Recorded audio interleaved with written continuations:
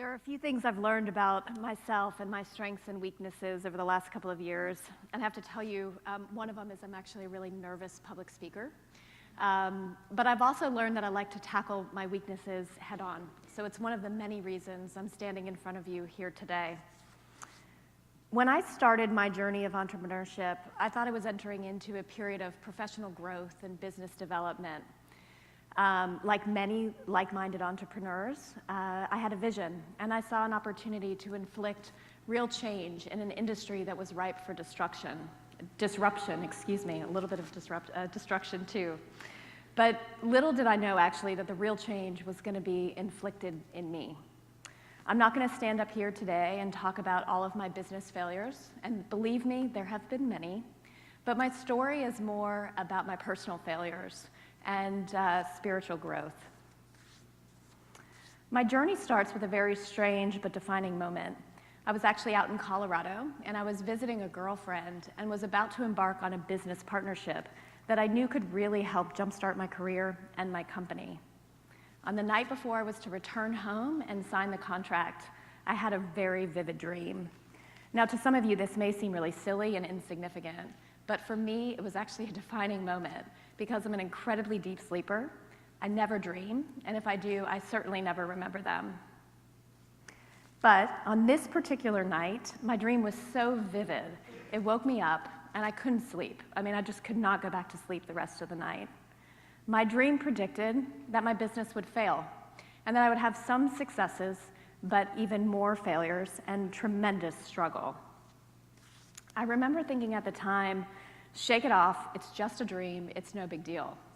But in my gut, I had a very ominous feeling. I knew that this journey would change my life for both better and worse. I came back from Colorado, and I moved forward with the business. I signed the contract, and I was eager to get started, and was committed to building a successful company and partnership. About 4 weeks later, I had another defining moment. And this time I found out that I was pregnant with my second child. It was very unplanned and very unexpected, but it was also very welcome news. Honestly, the pregnancy gave me more incentive to make the business work. I wanted to build opportunity for my growing family, and I saw this as a way to do that. About 6 months later, I was presenting the company for the first time, and I was presenting to a room full of investors and supporters. It was a great day, actually. But ironically, I went into preterm labor that day. It was crazy. I'll never forget it. I literally and metaphorically gave birth to a beautiful baby girl and my business on the same day. It was pretty insane.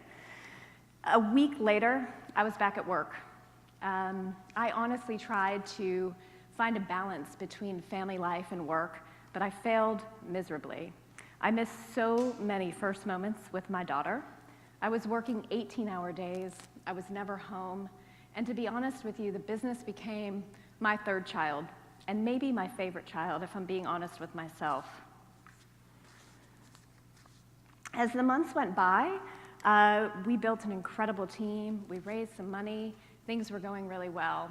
And I have to tell you, I had the opportunity to work with some of the most amazing people.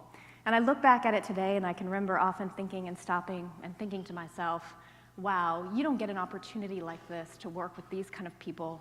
There was such a combined sense of camaraderie and a shared vision and sense of purpose. And to those of you who are listening out there tonight, you know who you are. I have such a tremendous sense of gratitude and respect for all of you. So thank you. But as business goes, you can imagine that the struggles started to creep in. We had raised a lot of money. We had gained some traction, actually. We built an amazing product, and we're generating revenue. But it wasn't enough to sustain our burn rate without outside funding. And when I started the company, I set aside a certain amount of money that I was willing to lose. It was startup, right? If things went awry, I knew that I could lose this money. And I made a personal promise to myself that I wouldn't dip into certain retirement money, and certainly, under no circumstances, would I go to my extended family and ask to borrow money. As you can imagine, I broke that promise to myself. I dipped into my husband's pension, and I went to my family and I borrowed money. Now, if you ask them if they regret that decision, they would tell you with 100% sincerity, no. They knew the risk, they were happy to support me.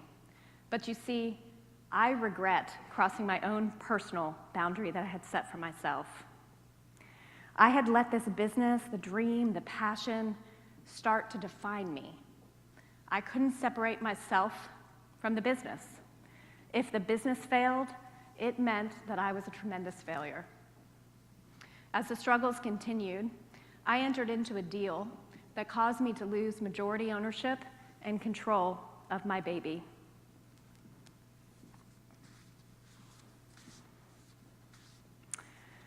I entered into that deal out of fear that I wasn't strong enough, smart enough, resourceful enough, and believe it or not, even likable enough. And I've found that fear can bring out some crazy things in you, believe me. I really had an irrational but real fear that I was going to lose it all. I was going to lose my business, I was going to lose my family and my friends, and one day the stress got so bad that I found myself on my kitchen floor, laid out on my back, having a full-on panic attack. It was incredibly scary. I've actually never experienced anything like this. I couldn't breathe, and I didn't really know what to do. But I have to tell you, that moment was also very freeing, because there was nowhere else to go. I had truly hit rock bottom, and there was nowhere else to go but to look inside myself and to face my fears and to face my own shadow. To tell you the truth, it was an incredibly hard process, and there were days I didn't like what I saw. But over time, I've learned to grapple with my weaknesses, to celebrate my strengths as well. When I look back at the many decisions that I made out of fear, where I didn't trust my gut, or I actually crossed a personal boundary, I have tremendous regret. But I also stand in front of you today with a huge sense of gratitude, because you see, this journey has changed me in ways that only hardship can. 3 months ago, I made the decision for myself and for my family to resign from my company. I let go of my baby and the very thing that had started to come to define me. I want to leave you with a poem.